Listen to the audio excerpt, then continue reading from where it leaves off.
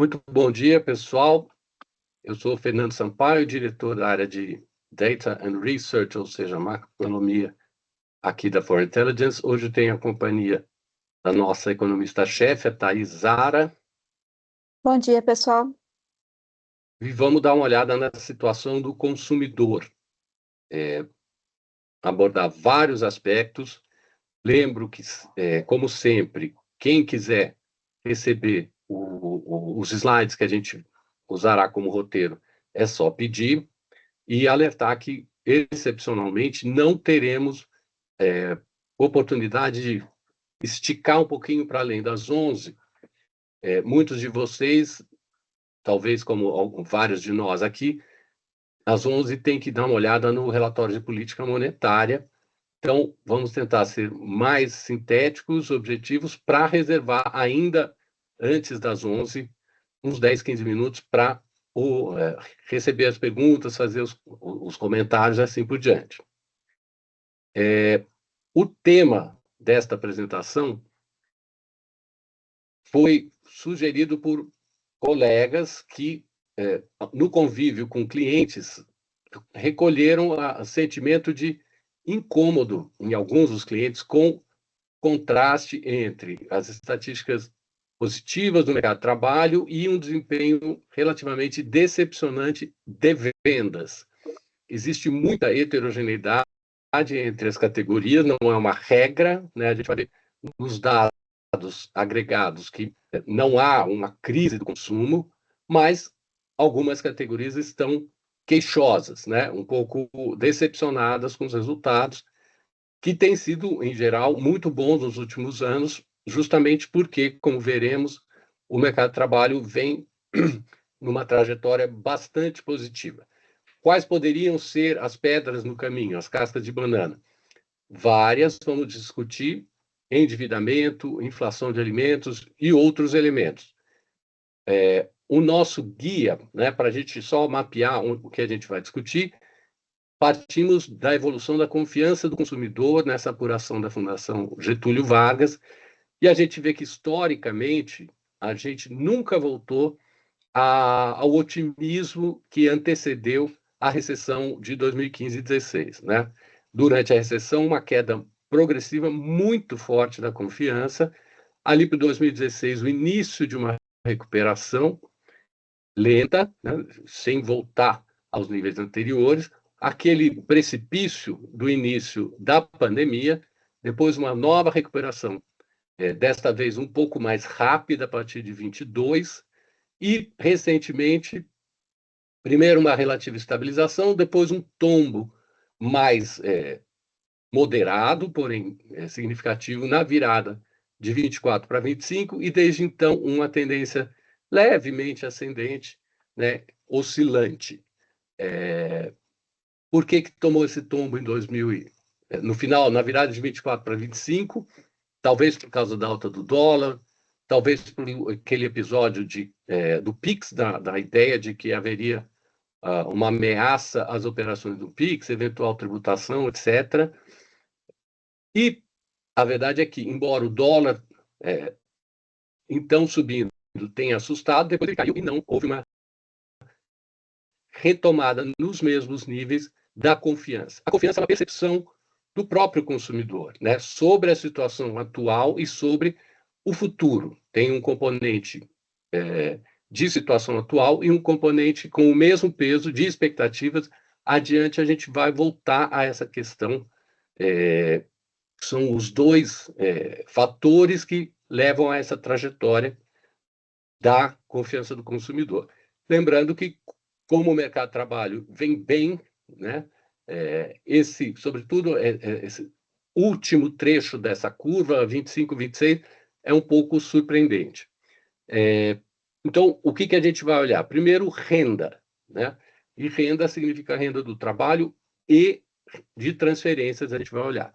Comprometimento de renda, a questão do quanto os orçamentos familiares estão pressionados por obrigações de pagar juros e principal da sua dívida, e alguns itens de gasto que são essenciais e que, portanto, também podem espremer os orçamentos, principalmente das famílias de baixa renda, para as quais esses itens essenciais têm um peso bem maior no orçamento. E, no final, vamos fechar cruzando essas informações todas com o que se apura de comportamento do consumo. Então, um pouco fechar os condicionantes com o desempenho efetivamente observado do consumo, com todas as limitações que a gente tem para apurar o comportamento do consumo e, claro, com o fato de que o consumo a gente trata em termos agregados e, conforme eu salientei, entre as categorias,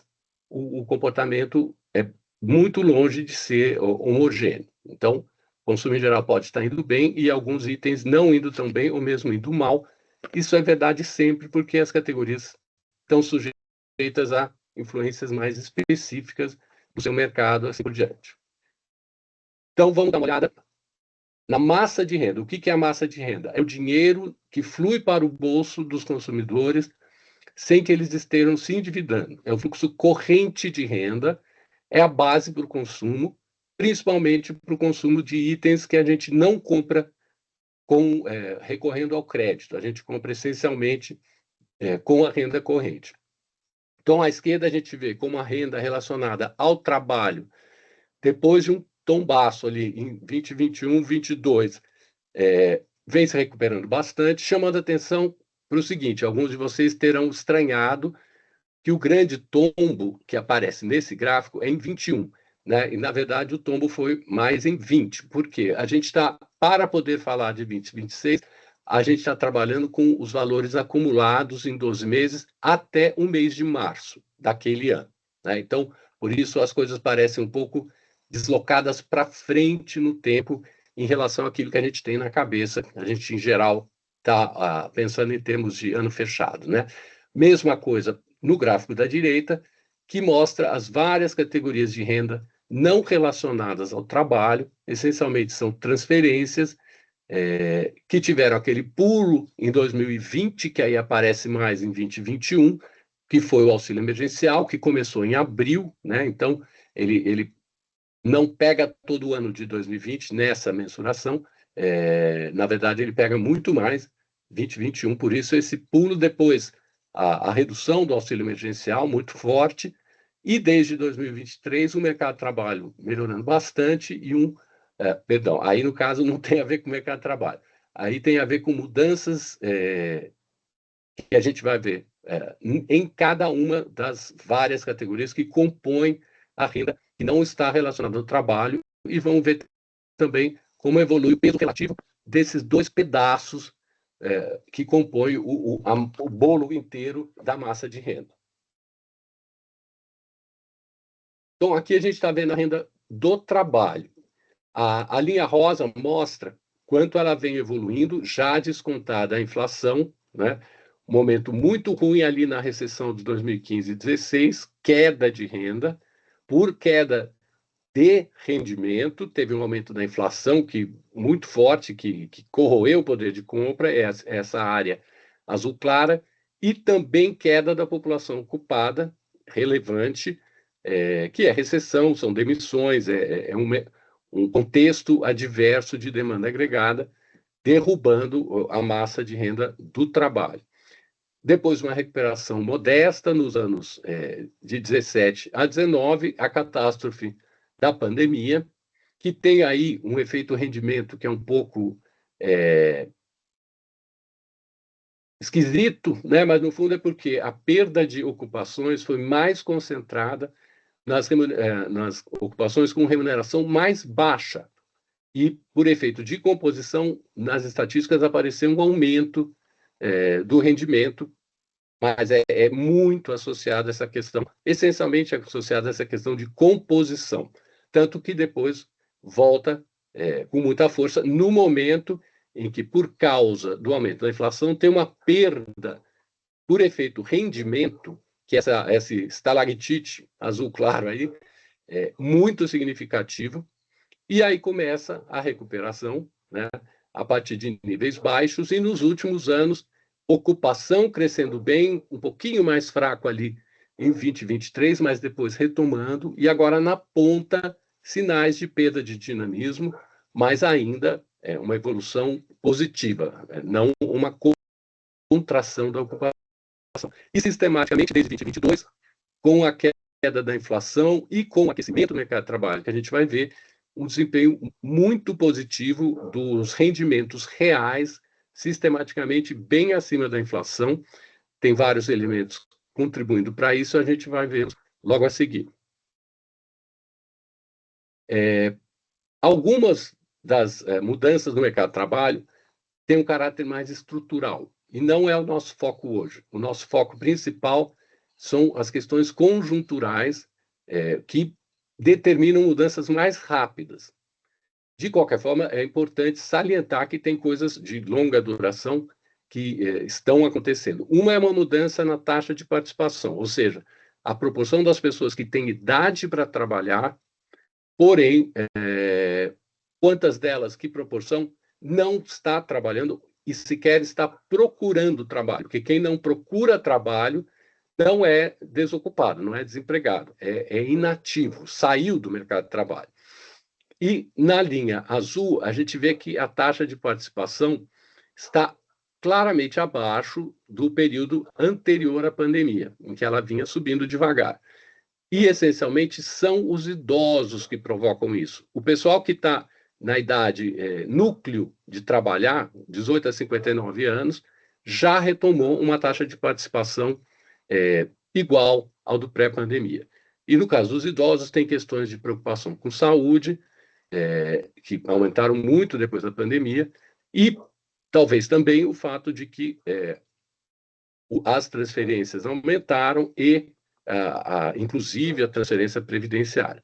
Então, se não houvesse essa redução da taxa de participação, o gráfico da direita mostra como estaria a taxa de desocupação. Seria claramente mais alta. Porém, se a gente olha para trás, ela também seria a mais baixa dos últimos anos, nitidamente, né? Então, que a taxa de ocupação está baixa, não tem dúvida, mesmo feito esse exercício contrafactual, né? Se a participação não tivesse diminuído, como estaríamos? Estaríamos com a taxa de desemprego mais alta que a atual, porém baixa em termos de comparativo histórico. Outra mudança estrutural é a expansão muito forte dos empregos na chamada gig economy, motorista de aplicativo e entregador. Lembrando que aqui a gente não está incluindo os motoristas de aplicativo que têm uma participação muito pontual, eventual, né? Tem a sua ocupação e quando dá uma folga, uma brecha, um aperto, complementa a renda fazendo um Uber. Aqui são as pessoas que têm nessa atividade a sua ocupação principal. E tem também o pessoal dos entregadores, que expandiu muito, é um contingente bem menor, mas a expansão é muito importante. 14 anos atrás, em 2012, essas duas categorias eram 0,7% do total das pessoas que estão ocupadas. Hoje, isso subiu para 1,7%. Então, é bem mais significativo e, ainda assim, não é tão significativo, né? No gráfico da direita, a gente vê que não houvessem essas vagas, e, de novo, é um exercício meramente indicativo, é uma fantasia, só para ver o tamanho do fenômeno, teríamos uma taxa de desocupação um pouco mais alta e também, baixa em termos históricos. Então, são mudanças graduais que não explicam as inflexões de curto prazo. Aí são os fatores cíclicos que a gente usa esse jargão, né? Variações da demanda agregada num prazo mais curto. O gráfico da esquerda mostra que a taxa de desemprego de longo prazo, ou seja, o contingente de pessoas que procuram emprego há 2 anos ou mais e não acha, está limitada a 1% e também é a mais baixa dessa série histórica, parecida com o momento de auge cíclico ali que precedeu a recessão 2015 e 2016. E à direita a gente vê a gente mostra junto a taxa de desemprego que foi observada e compara com uma estimativa da taxa neutra de desemprego, que seria aquela que não gera nem pressão para aceleração da inflação, nem pressão para desaceleração da inflação. É claro que a estimativa da taxa de desemprego neutra é complexa, é polêmica, mas é um tanto inequívoco que a distância entre o nível de desemprego e aquele estimado como neutro vem crescendo, né? Perdão, eu estou num resfriado terrível. Então, isso tem implicações sobre, por exemplo, custo de serviços, sobre reajustes salariais, que é o que a gente vai ver isso aqui. Ai, desculpa. Bom, aqui a gente está vendo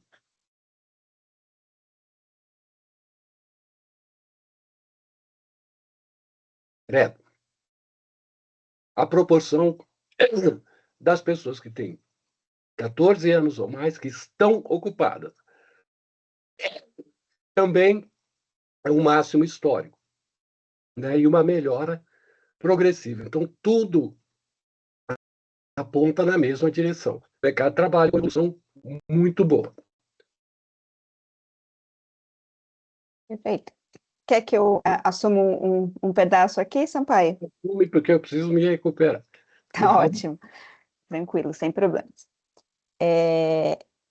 Vamos lá, pessoal. Então, a taxa de desocupação, como o Sampaio acabou de colocar, está no máximo histórico, né? A taxa de ocupação. Então, é um sinal de que a gente realmente tem um mercado de trabalho bem aquecido. A taxa de ocupação é simplesmente a gente pegar a população ocupada sobre as pessoas que têm 14 anos ou mais, né? Então, quem tem condições de trabalhar, então, realmente mostra um mercado de trabalho bastante aquecido. E isso vem se refletindo também no aumento dos rendimentos reais, né? A gente teve uma alta significativa, né, nos últimos tempos, do rendimento recebido por trabalhador ocupado, que é essa linha preta que a gente vê no gráfico aqui. Em termos reais, na ponta aqui ela está crescendo ao redor de 5%, então é um crescimento bastante expressivo. Ela pode ser composta tanto por pessoas trocando de posição e por isso ganhando mais, o que a gente chama de efeito composição, tá? Ou por um efeito rendimento mais geral, né? Quer dizer que é todo mundo tendo ali aumentos salariais, que seria essa curva aqui em azul. E a gente vê que no ano passado o efeito composição teve uma relevância grande, mas nesse ano a gente já tem uma relevância maior desse efeito rendimento mais amplo, né? Então, o que a gente vê, por exemplo, né, no indicador de reajustes salariais acima do INPC, a gente tem muita gente, mais de 80%, né, dos reajustes salariais negociados em dissídios coletivos, entregando aumentos acima da inflação. Tá? Então, todo mundo conseguindo aqui ampliar ali os seus rendimentos. Tá? Outro fator que ajuda também o aumento do rendimento é o fato de que a gente tem uma formalização da economia acontecendo, com uma queda da taxa de informais dentro da população ocupada. Se a gente ignorar aqui o período da pandemia, né, em que a gente teve muitas demissões de informais e etc., né, a gente está com a menor participação de informais na economia desde o começo da série, reflete um pouco os menores custos que a gente tem para a contratação, derivada ali um pouco da reforma trabalhista, e também o próprio momento positivo do mercado de trabalho, né? O fato é que os formais, eles têm um rendimento mais elevado do que os informais, então no momento em que você acaba trazendo essa população para a formalidade, você também acaba tendo um efeito rendimento positivo. E o outro fator que a gente também mencionou é o fato de que a gente teve reajustes reais do salário mínimo. Tem boa parte aí dos trabalhadores que têm as suas remunerações atreladas ao salário mínimo, né, pouco mais de 1/3, mas ela acaba servindo como farol também para outras categorias. E o fato da gente ter voltado a ter reajustes reais do salário mínimo acaba ajudando um pouco a manter esses rendimentos mais aquecidos, tá? Então, esses são os fatores que acabam trazendo aquele rendimento, né, aquela renda do trabalho para cima. Então, retomando um pouco o que o seu pai já tinha colocado, ocupação indo muito bem e rendimento indo muito bem. Então, as duas compostas, a gente acaba tendo uma massa de renda que está crescendo ali ao redor de 6%, é um crescimento bastante expressivo.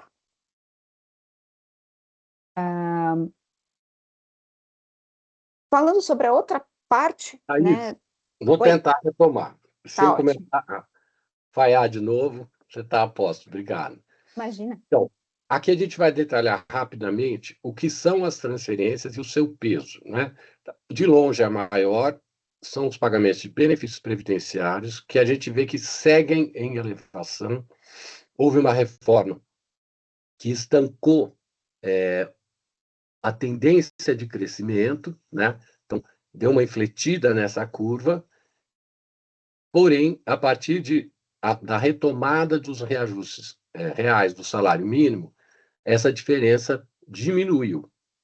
Então, os efeitos inibidores do gasto daquela reforma são visíveis, mas não são progressivos, e isso, de um lado, favorece o consumo, porque a renda previdenciária segue crescendo a um ritmo relativamente rápido, mas, claro que, do ponto de vista de contas públicas, perspectivas de médio e longo prazo, é um item que tem que ser acompanhado e trabalhado com cuidado. Apesar da... aí você tem dois vetores, cada um puxando para um lado, né?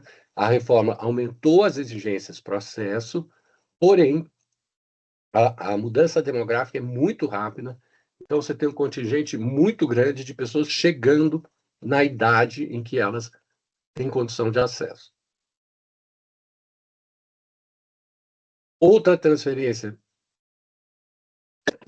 que recebe muita atenção e que, objetivamente, o valor gasto com ela disparou, sobretudo aqui de 22 até 24, é o Bolsa Família, né? Isso tem a ver com a dinâmica política, porque em 2022 houve uma expansão fortíssima do número de beneficiários e um aumento do valor do benefício básico de R$ 400 para R$ 600 a partir de agosto, né?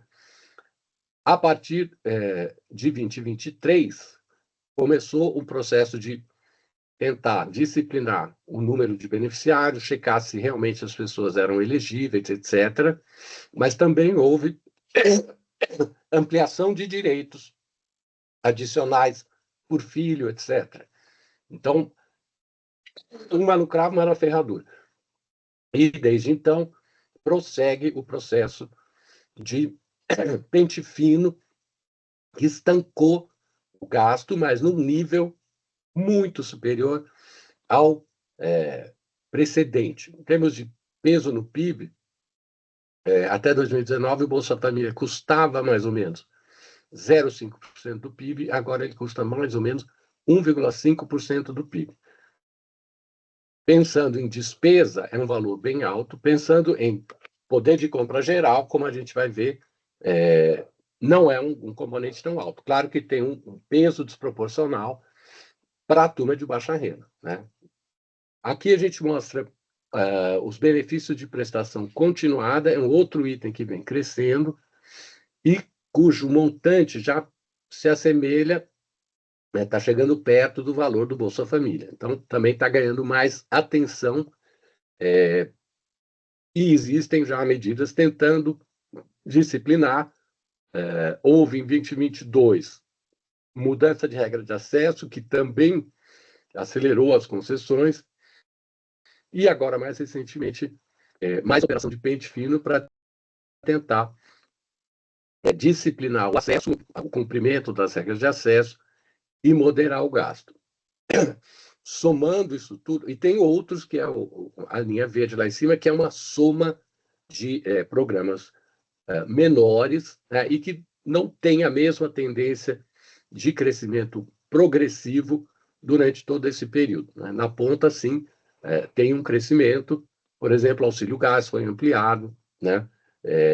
Não por coincidência, perto do período eleitoral, assim como várias das bondades que eu mencionei também foram no período eleitoral, lá em 2022. Então, tem uma questão de dinâmica política condicionando a evolução dessas despesas que é importante a gente ter em mente para pensar perspectivas de evolução. Né? Aqui a gente verifica que o grande aumento relativo nessas despesas foi mesmo o Bolsa Família, cujo peso passou de um pouco menos de 5% para quase 10%. Né? E quem não cresceu tanto, como a gente viu, foram as outras, né, que perderam participação.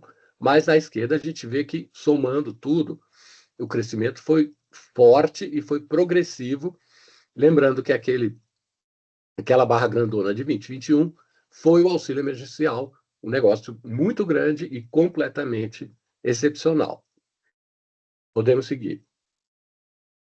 Então, aqui a gente vê, à medida que as rendas advindas de transferências cresceram mais depressa do que a renda de trabalho, que cresceu depressa, o peso da renda do trabalho, no total do bolo da massa ampliada, foi diminuindo aos poucos, mas ainda é muito preponderante. E a partir de 25, com a freada no gasto das transferências e com a continuidade do crescimento do rendimento do trabalho, esse processo foi estancado. É claro que as transferências têm um peso no gasto público, que precisa ser ponderado. Por outro lado, é um item de renda do consumidor menos volátil do que a renda total, supondo que não haja mudanças drásticas nas regras de acesso, nos valores, etc. Então, numa eventual recessão, as transferências atuam como um fator estabilizador, mas cujo peso vem crescendo, mas ainda é muito, muito menos expressivo do que o da renda do trabalho.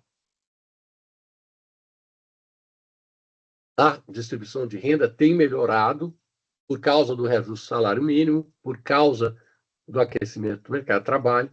Então, no gráfico da esquerda, a gente vê a situação atual, a faixa de renda mais numerosa é a classe C2, renda per capita entre 760 e 1.852, e indo até a C1, você concentra a grande maioria das pessoas, né, trabalhando aí com o rendimento médio domiciliar per capita. E à direita a gente vê como, puxando desde 2012, a mudança é significativa. Né? Em 2012, 32% das pessoas estavam na classe D e E, agora são 21%. Então, muita gente subiu. Né? A classe C2 não mudou tanto de tamanho, quer dizer, veio gente da DE, mas foi muita gente para a classe C1, né? Ou mesmo da C1 para a classe B2. Né? Acima também tem mudanças, sempre no sentido de ascensão, mas aí quantitativamente já são contingentes menores de pessoas. Mas aqui são evidências muito importantes de melhora da distribuição de renda, o que tem impacto sobre categorias também, né?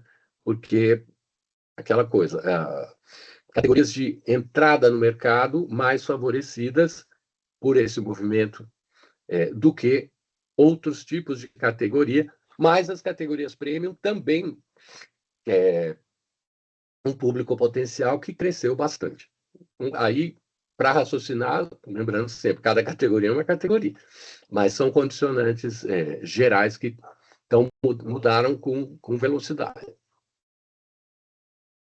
Perfeito, Sampaio. E aí, a gente já passa, então, para o nosso segundo tema, né, que é a questão do comprometimento de renda, porque o que a gente viu até agora é que a renda vem crescendo, de fato, tanto pelo mercado de trabalho que continua muito aquecido, com expansão de pessoas ocupadas, com expansão do rendimento, mas também com expansão de transferências, né?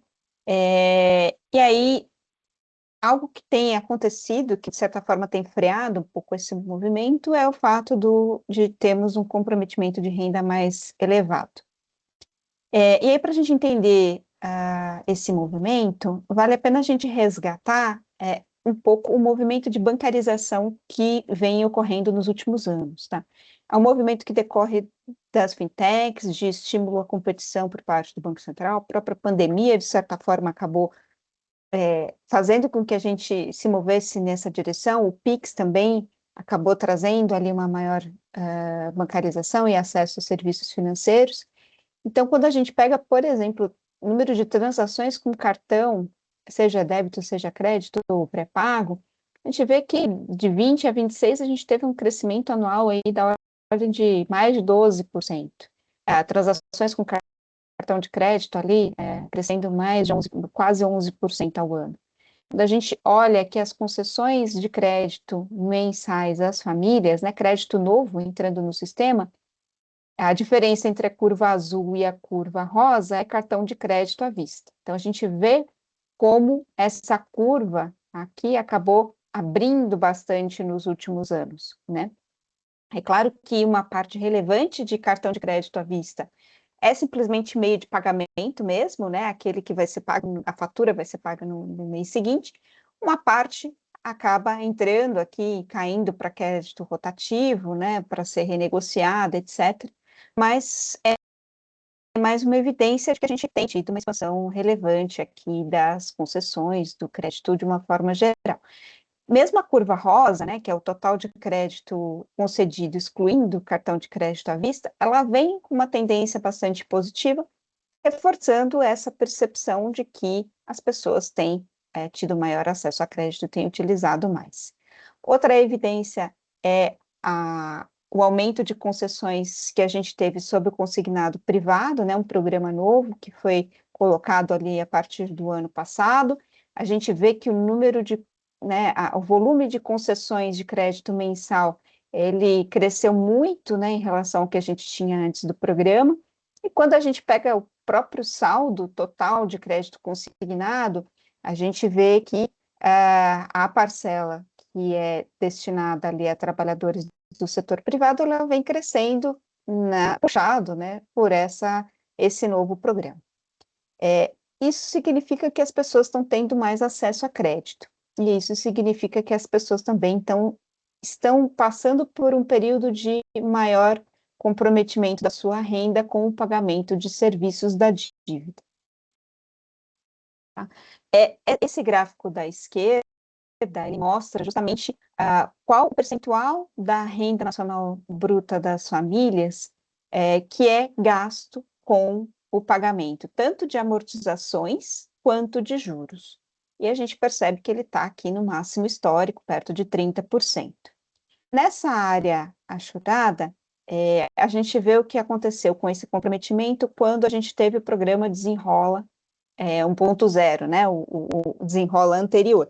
A gente vê que teve realmente uma melhora, né, uma redução, e provavelmente a gente vai ver uma melhora acontecendo agora novamente, tá?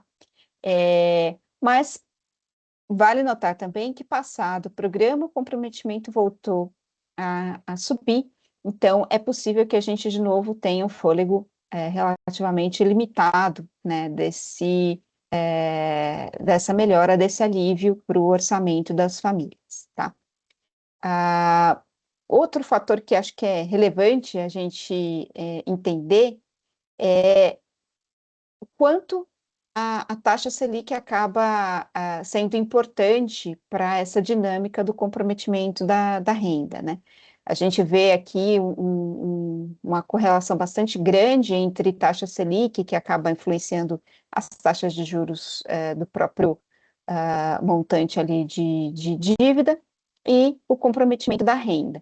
Antes de 2020, até 2020, existia uma correlação, mas ela não era tão forte quanto agora, mas é mais uma evidência de que com a ampliação do acesso, né, ampliação da bancarização, a gente acaba tendo uma correlação ainda mais forte. Então, para pensar nesse comprometimento para frente, quais são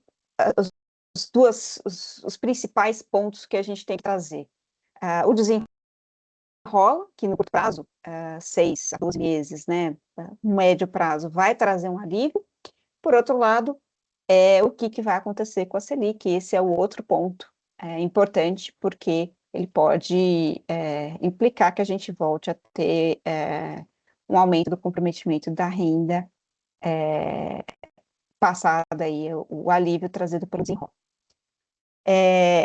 E aí a gente fez uma conta, né, que acho que é bastante interessante, né? O que aconteceu com a renda, aquela renda das famílias, se a gente tira da renda das famílias esse comprometimento com os serviços da dívida, né? Então, a renda das famílias tinha crescido 5,2 ali em 2024. Quando a gente exclui os serviços da dívida, como a gente teve ali um alívio no orçamento das famílias, ela cresceu até mais, cresceu 5,8. E o consumo das famílias também teve um crescimento bastante forte. Em 2025, a gente já vê um movimento diferente. Apesar do crescimento forte da renda das famílias, de 4,2, excluindo os serviços da dívida, o crescimento foi bem mais modesto, né? Foi da ordem de 2%, e também o crescimento, né, a variação do consumo das famílias em 12 meses foi mais modesto. Se você pega 2026 até março, né, acumulando 12 meses, o movimento é bem semelhante. Então, o fato da gente ter esse aumento dos gastos das famílias com serviços da dívida acaba freando um pouco o consumo, tá? Esse é um ponto importante. Outra questão que volta e meia, né, aparece é o quanto as famílias têm destinado ali às apostas. A gente percebe que quando a gente pega quanto que as famílias destinaram às apostas, menos o que as famílias receberam de volta em prêmios em 2025, equivale ali a 37 bilhões, que é mais ou menos 0,5% da renda das famílias, tá? Quando a gente pensa ali no comprometimento da renda com dívidas, foi 28,3 no ano passado. Ou seja, que a gente tem de transferência direta das famílias para as apostas é mais ou menos 2% do que a gente teve aí com o comprometimento da renda com dívidas. Então, isso significa que, pelo menos por enquanto, parece que a gente tem uma importância muito maior do comprometimento da renda como um freio de consumo do que necessariamente as apostas, tá? Mas é claro que a gente tem um efeito redistributivo, tá, entre famílias, né? O fato dos prêmios voltarem para as famílias não quer dizer que elas voltam para as mesmas pessoas, né? Se a gente pega o que foi gasto, o que as famílias destinaram, né, em termos de receita, tem várias formas de fazer a conta, né? Tem intervalos aí diferentes de quanto que volta para as famílias, mas a gente teria ali algo entre 3,5% e 9% ali da renda das famílias sendo destinada às apostas, né, que aí seria algo mais relevante, lembrando que uma parte volta, mas a gente não sabe exatamente como volta, né, para quem volta. E de toda forma, pensando no endividamento para frente, né, no comprometimento, lembrar que a Copa do Mundo pode dar um novo impulso aí ao gasto ali com as apostas, tá? Aqui rapidamente um perfil dos apostadores no Brasil, a gente já entende, né, a gente já conhece mais ou menos quem são esses apostadores. A gente tem mais ou menos 25 milhões de pessoas que fizeram pelo menos uma aposta. Muita gente tem mais do que uma conta, né? Pelo menos 6 milhões de pessoas têm 4 ou mais. E a gente tem uma predominância de jovens, né? Esse gráfico aqui mostra muita gente até 30 anos. E do gênero masculino, que corresponde ali a mais ou menos 70% dos apostadores, tá? Então, só para a gente ter uma ideia desse perfil, ajuda a compor também ali um pouquinho sobre gastos. Vamos falar de inflação? Vamos falar rapidamente.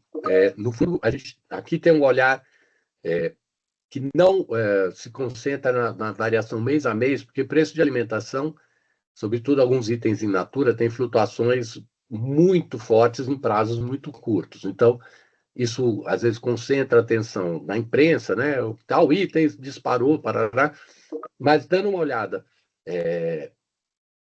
um pouco mais distante, o que a gente vê é que efetivamente a pandemia provocou um aumento muito forte do preço da alimentação e mesmo com o aumento forte da renda, o peso da alimentação no orçamento familiar aumentou de 13,5% para 15,5%. É relevante, né? À direita, a gente mostra como isso aconteceu, né? A alimentação do domicílio crescendo quase 0,7% em média ao mês, e a inflação geral um pouco abaixo de 0,5%. Então, digamos que esse é um bode que entrou na sala e não saiu, né? Tem momentos em que aperta um pouco mais, aperta um pouco menos, mas esse gráfico mostra que, medindo em termos de cesta básica, que são os itens alimentares mais básicos, né? Arroz, feijão, farinha, carne, leite, batata, legume, pão, as coisas que no dia a dia todo mundo consome e que, obviamente, pesam mais no orçamento das famílias de baixa renda. A gente vê que, a partir da pandemia, uma queda importante, apenas parcialmente revertida nos últimos anos, né, pelo aumento real do salário mínimo. Então, em relação à pré-pandemia, a questão da affordability, né, a vida estar mais cara nesses itens que são difíceis de comprimir, é real. Mesma coisa quando a gente trabalha não com salário mínimo, e sim com o rendimento médio do trabalho, que, como a gente viu, também está crescendo bastante. Então, esse é uma pedra no sapato do consumidor que entrou com força na pandemia e que, desde então, continua relevante. Diminuiu um pouquinho, mas estamos longe da situação pré-pandemia. E aqui a gente vê que, para frente, não vem alívio, né? 2025 foi um ano em que a alimentação subiu menos do que a inflação geral, mas a gente vê que nos anos anteriores, aumentos sucessivos fortes, e apenas em 2021, um pouquinho abaixo da inflação geral, mas muito acima em outros anos. Para frente, a gente não vê alívio, né? Estávamos vendo um modesto alívio em termos de comparação com a inflação geral. Então, acelera o preço do alimento, não acelera tanto, mas a partir do problema do Oriente Médio, da guerra, né, encarecimento de vários insumos, etc., a gente está trabalhando com uma aceleração mais substantiva e com alívio bem moderado em 2027, mesmo não trabalhando com o El Niño produzindo um estrago tão forte, né? Talvez a gente tenha um El Niño forte ou muito forte e nem tanto impacto no preço da alimentação. Claro que é um risco, né? Só destacando que a gente não está trabalhando com uma hipótese pessimista. Perfeito. E aí, indo para consumo e perspectivas, só retomando um pouco aquele gráfico inicial da confiança, vale a gente olhar um pouco o que tem acontecido com a confiança por classes de renda, tá? A gente vê uma recuperação aqui na ponta de quem recebe até 2,1 mil reais, tem um pouco a ver com o reajuste do salário mínimo, algum alívio da inflação que a gente teve no ano passado. A classe de renda aqui entre 2,1 e 4,8 mil, ela até teve uma recuperação um pouquinho maior no começo desse ano, e aqui pode ser que tenha a ver com a questão da isenção de R, né? Quando a gente pega entre 4,8 e 9,6, a confiança está basicamente de lado, e quando a gente pega acima de 9,6, ela até recuou, pode até ter a ver com a questão da tributação de dividendos, etc. Então, quando a gente junta essas informações, fica claro que quem tem puxado a recuperação da confiança são mais as classes que ganham até 2,1 e até 4,8, né? Que são classes mais numerosas, né? Como a gente viu lá nos primeiros slides, então acabam puxando um pouco mais a confiança. Uma questão de sentimento captada aqui nas pesquisas de opinião, a gente viu alguma melhora de percepção com relação à isenção do IR em faixas até 2 salários mínimos, e também de 2 a 5, mais recentemente aparecendo, demorou um pouco para ser captado, e outras faixas já não pegam claramente, como não deveria ser o caso mesmo. Outra forma da gente olhar a confiança do consumidor é pensar o que está acontecendo com a percepção sobre a situação atual e sobre expectativas. E quando a gente pega nesse recorte, a gente vê que a situação atual está até um pouco melhor do que a gente tinha no pré-pandemia, refletindo aí talvez o mercado de trabalho que está melhor, né, como a gente já comentou, mas a gente teve uma queda do indicador de expectativas lá no começo de 2025, que não voltou a se recuperar, tá? E permanecem ali as séries um pouco mais próximas desde então. Então, a queda do total, ela está muito mais atrelada à queda de expectativas do que propriamente situação atual. Uma parte dessa questão das expectativas pode ter a ver com a inflação que está começando a acelerar, né? A gente tem perspectiva de inflação acima do teto da meta aí nos próximos 12 meses, e com a própria perspectiva de Selic mais alta por mais tempo, né? A gente trabalha ali com uma Selic estabilizada em 14,25 por bastante tempo. E aí, com isso, juntando aqui, as expectativas são de que a gente tenha alguma ainda melhora do indicador de confiança, mas vai levar bastante tempo, né? A gente ainda não volta ao que a gente tinha antes lá da recessão de 2015, 2016, né? É uma recuperação apenas parcial e ela começa a tomar mais fôlego a partir do momento em que a gente começa a retomar ali a perspectiva de Selic mais baixa, inflação mais baixa, tá? Então, pensando em impacto em massa de renda e consumo, a gente vai ter uma desaceleração de massa de renda acontecendo nesse ano e também no ano que vem, mas ainda uma massa de renda que vai crescer. Então, por isso, sustenta ali algum crescimento ainda, dá alguma recuperação mais leve da confiança, mas ainda tem.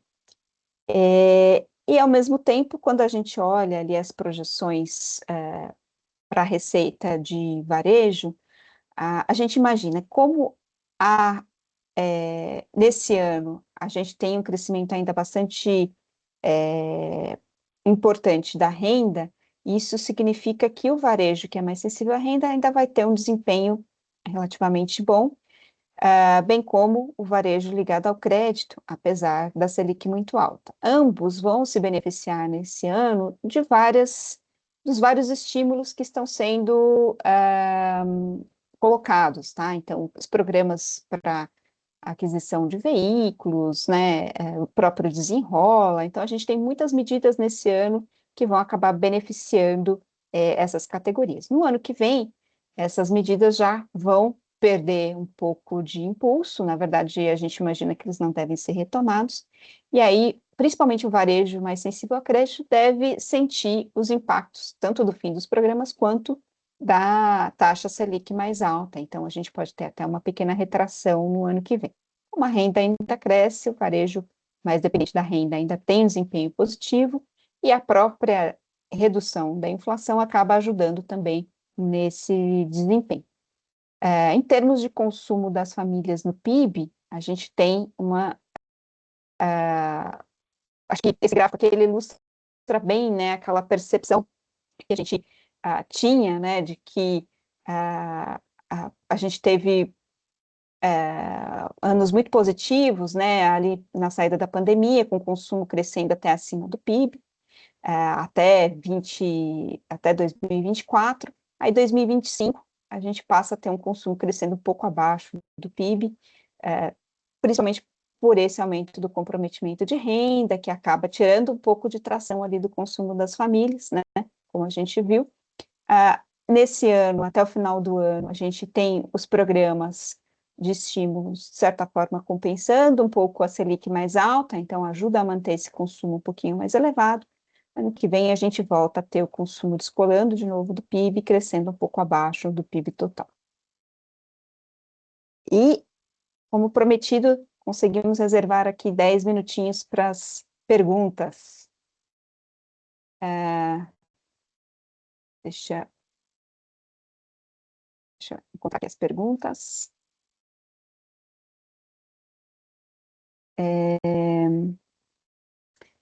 Tem uma pergunta aqui: quais são as atividades do varejo que vocês consideram para compor o varejo crédito?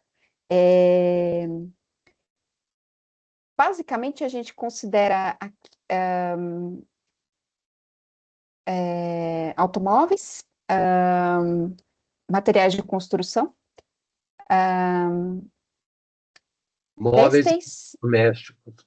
móveis eletrodomésticos e têxteis. Basicamente são esses. Pode ser que eu tenha esquecido algum aí, mas são os que usualmente a gente acredita que dependem muito mais de crédito. São bens mais duráveis em geral, tá? Que dependem mais de crédito. E alguns semi-duráveis, mas que tem essa correlação maior com crédito do que com renda.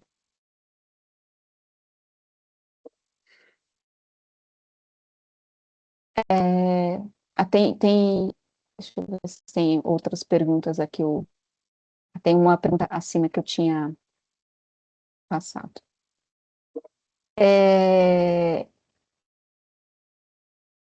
Como ficará, na visão de vocês, o impacto do 6 por 1 sendo transformado em 5 por 2 até 40 horas? Em geral, né, a gente tem as categorias que são mais intensivas em serviços, elas podem acabar sentindo mais o impacto dessas mudanças, tá? É claro que o regime de transição vai ser muito importante para a gente entender o impacto. Uma transição mais rápida pode implicar em custos maiores, uma transição mais lenta dá mais tempo aos setores para se adaptarem. No curtíssimo prazo, a gente pode acabar tendo algum tipo de impacto sobre preços, né? Especialmente se for uma transição mais rápida, com os setores mais impactados transferindo uma parte do seu aumento de custos para preços. Então, uma primeira preocupação seria com inflação de serviços, que já é uma inflação mais elevada, é algo que já vem preocupando de certa forma, tá? Então, acho que seria por aí. Quer complementar? Não tende a ter impacto relevante, né? Pega em custos e inflação. Isso.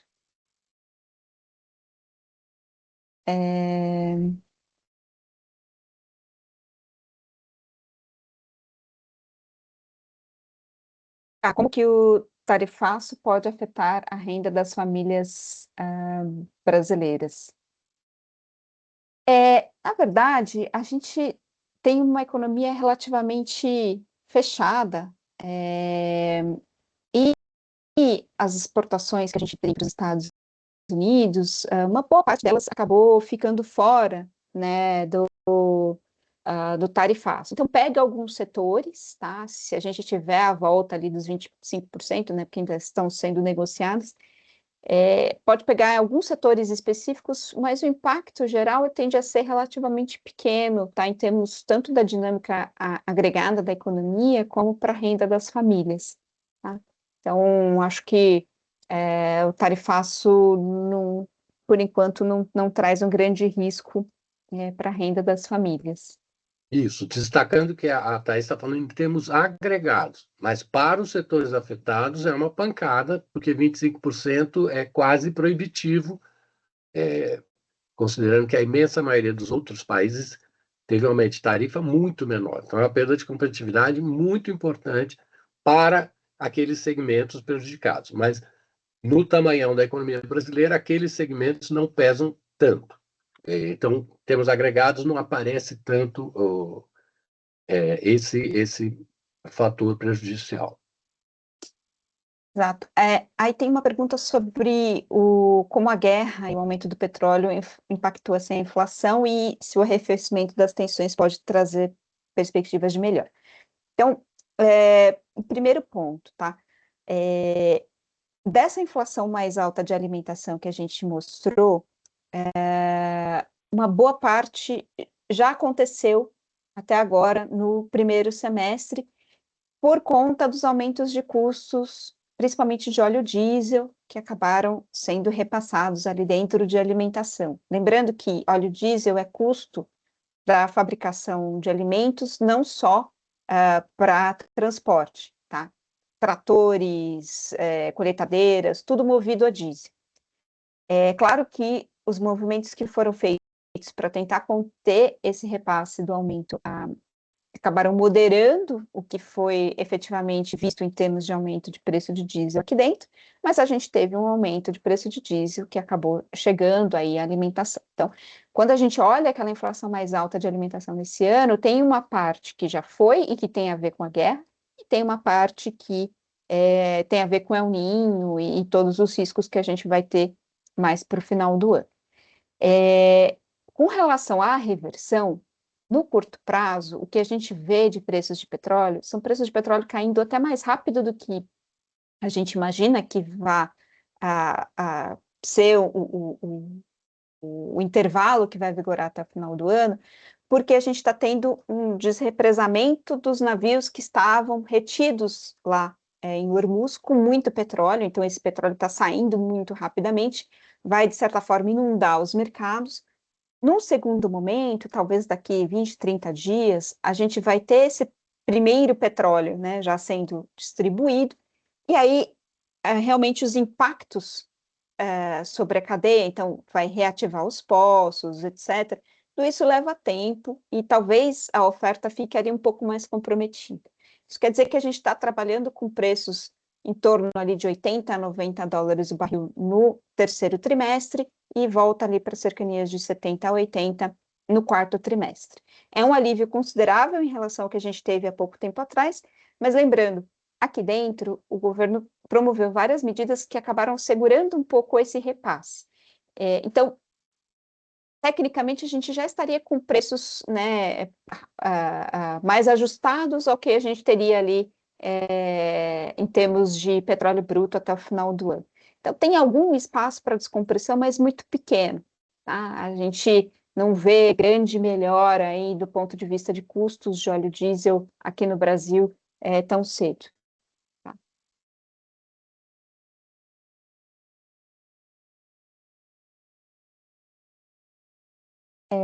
Qual indicador vocês consideram mais importante para acompanhar nos próximos 6 meses? Mercado de trabalho, inflação de alimentos, inadimplência das famílias ou concessão de crédito?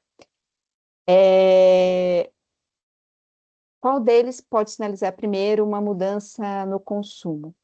Acho que o mercado de trabalho é sempre importante, até porque a gente está passando por um momento de estabilização da taxa de desocupação nas nossas projeções.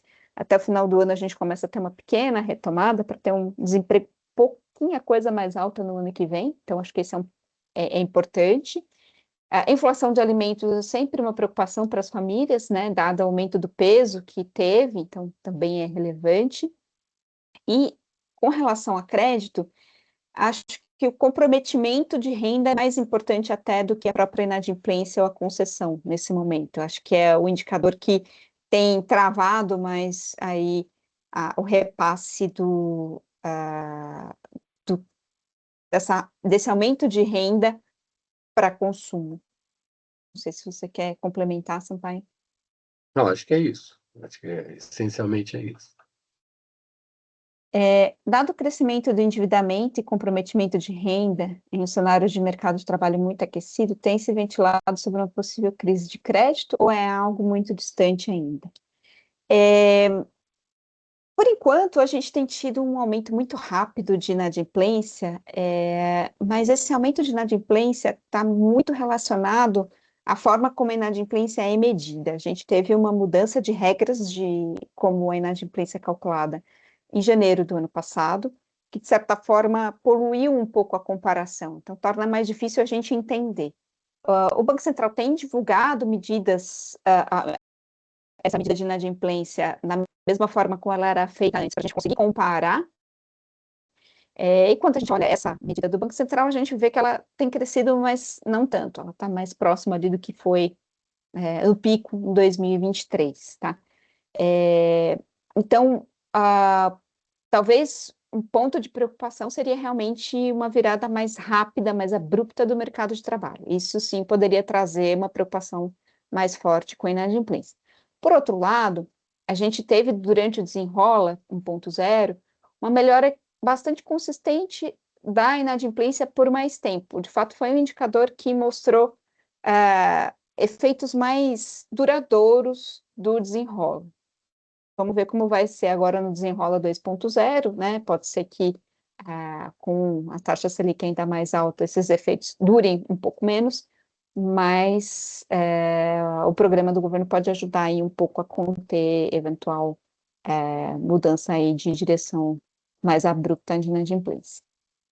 Só complementando, para a gente raciocinar, mercado de trabalho é sempre uma variável defasada, né? Ela não reage imediatamente a mudanças na confiança empresarial, disposição de contratar ou impulso para demitir, etc. Então, no fundo, estou falando isso porque essa discussão que a gente fez mostra um pouco o mercado de trabalho melhorando, mas ele não consegue se puxar pelo cabelo, né? O mercado de trabalho ele é uma variável dependente. Então, mudando a disposição de empregar, isso tem a ver com confiança, isso tem a ver com sinalizações de política econômica, etc., o mercado de trabalho não vai escapar, né? Não é instantâneo, exceto em momentos excepcionais, tipo a pandemia ou aquela inflexão muito forte de disparo da inflação e colapso de confiança no início da nossa grande recessão de 2015 e 2016. Mas acho que o fundamental é pensar, o mercado de trabalho reage relativamente lentamente, mas ele reage, ele não é o ator que gera os movimentos, mas ele cria uma certa inércia, porque ele, quando cresce, traz poder de compra, etc, etc. Aí tem uma pergunta sobre motivo de aumento tão relevante das vendas de veículos no momento de taxa de juros tão altas. A gente teve a colocação aí de alguns programas do governo que dão descontos em veículos pela questão ambiental e etc. Então, me fugiu o nome do programa agora, mas ele acabou trazendo um momento positivo, e agora a gente está também com aqueles programas que para aquisição de veículos para Uber e etc. Então, pode ser que acabe sendo uma das razões pelas quais a gente está tendo essa expansão tão grande. Tá? Então, acaba sendo os programas acabam tendo uma participação relevante nesse aumento. O Move Brasil, alguns participantes mandaram o nome Obrigada. para a gente. Lembrando aqui para trás, se a gente vê o gráfico da esquerda, é estranha a aceleração do crédito, perdão, tão forte das vendas do varejo vinculado ao crédito em 2024, e aí teve um peso muito grande de um programa muito agressivo para reduzir tributação sobre veículos para evitar uma rodada de demissões lá em São Bernardo, né? E isso também magnificou a desaceleração de 24 para 25. Então, em 24, teve uma doação de recursos tributários para alimentar as vendas de automóveis que estavam fraquejando. Perfeito. Aí tem uma pergunta. É um segmento politicamente muito poderoso, né? Ele tem facilidade maior do que a maioria dos demais segmentos de obter apoio para segurar seus pontos. Perfeito. Aí aqui tem uma questão sobre o vazamento da renda das famílias para apostas e jogos de azar, se é algo muito relevante para a desaceleração do consumo. Para a gente entender essa dinâmica, é importante a gente conseguir acompanhar ao longo do tempo quanto a mais as famílias estão destinando às apostas, tá? Por enquanto, as séries são muito curtas, tem um mercado que a gente não consegue acompanhar, que é um mercado informal. Então, o que a gente tem de dado é que o que as famílias realmente transferem para as casas de apostas é 0,5% da renda. Se isso acelerar para 1% da renda, por exemplo, em 2026, aí sim, é algo relevante, né? Quer dizer, está começando a pegar cada vez mais da renda das famílias. Mas, por enquanto, as evidências que a gente tem é que não tem tido um crescimento tão grande, né? Esse ano, os dados que a gente tem sinalizam que continua ali na casa de 0,5, 0,6, então não tem tido um aumento expressivo, tá? Mas ao longo do tempo que a gente vai conseguir fazer uma avaliação melhor conforme a gente vai tendo mais dados. E tem os dados assim de outros países que mostram, e mesmo os dados alguns dos dados que a Thais mostrou, que são uma questão, o impacto é muito heterogêneo. Então, no fundo, assim, para quem fica viciado, é uma catástrofe. Mas, no geral, não é uma coisa que pese tanto assim. Então, tem um problema de saúde pública, para a turma que vicia, etc.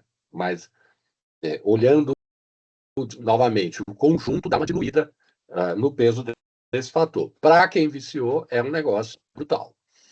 Exato. Alguns estudos trazem que a gente tem costuma ter uma concentração de mais gastos e perdas em parcelas relativamente pequenas de quem aposta, né? Então, são as pessoas que acabam tendo esse comportamento mais de vício. Tá? Alguns segmentos de serviços essenciais continuam a perceber um crescimento da inadimplência. Vocês avaliam a tendência de curto prazo para esses segmentos? Eles podem se beneficiar no curto prazo do Desenrola 2.0, tá? Isso pode trazer um alívio aí nos próximos 6 meses, né? Que em geral é o tempo que o Desenrola permanece. Depois disso, a inadimplência tende a ser parecida com o que a gente vê com a inadimplência bancária, né? Quer dizer, as pessoas vão administrando as contas, né? E conforme a Selic aumenta e a Selic, e o comprometimento da renda com serviços de dívidas bancárias aumenta, a gente pode acabar tendo inadimplência aparecendo aí também em outras áreas, né? Como serviços essenciais.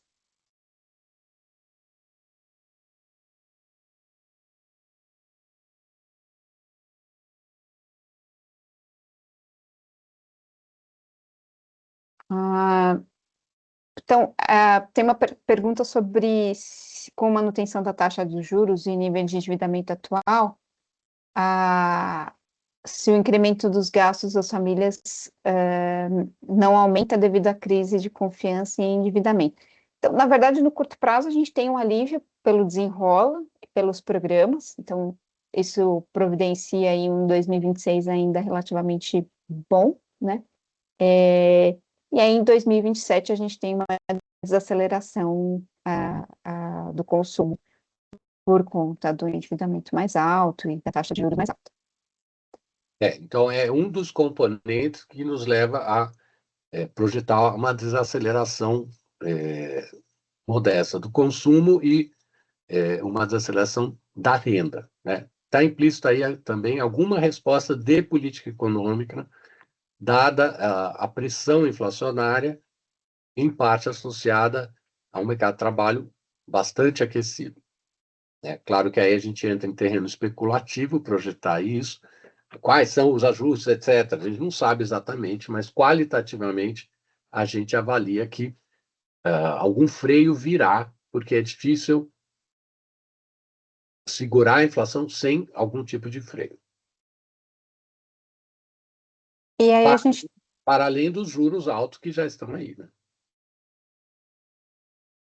e a gente tem uma última pergunta aqui, que é sobre gig economy, a baixa representatividade mostrada, se tem alguma tendência para os próximos anos.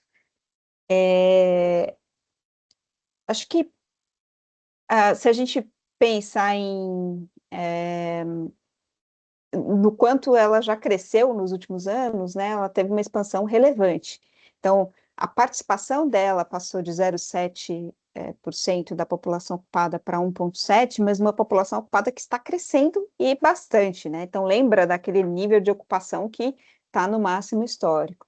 Então, é realmente uma parte relevante, lembrando que a gente só está considerando o pessoal que anota na pesquisa que é aquela sua atividade principal, né? Você tem muita gente que tem como uma atividade complementar, tá? Então, é possível que continue crescendo, tá? A gente teve até um crescimento mais rápido ali no finalzinho do ano passado.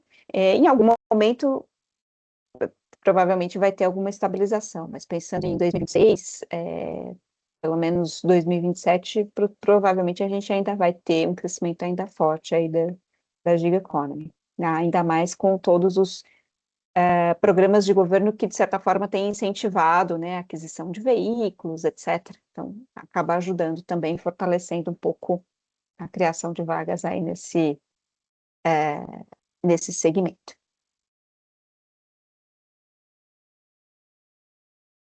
Thaís, tem mais uma pergunta que acho que a gente precisa encerrar. Não, Tem gente que não pôde seguir com a gente, sim. então depois a Thaís se despede, eu me despeço, peço desculpa por aquele acesso de tosse, agradeço a Thaís por ter me salvo e lembro que quem pedir terá acesso à apresentação, agradecer a presença de vocês e lembrar que todo mês a gente tem uma discussão desses temas que têm a ver com o cenário macroeconômico e político, né? Em agosto, por exemplo, a gente terá em seguida ao encerramento das convenções partidárias para ver como ficou, afinal, a questão dos partidos, como vão se posicionar nas eleições presidenciais, etc. E no mês que vem vamos ter uma discussão sobre alguns setores de atividade, um olhar mais focado em 2, 3 setores que são de interesse de muita gente, são setores muito relevantes. Thaís. Agradeço a participação, pessoal, e ficamos à disposição para compartilhar o material. Quaisquer dúvidas também podem nos enviar e a gente responde depois. Muito obrigada e bom resto de quinta-feira a todos. Abraço. Logo, obrigado. Abraço.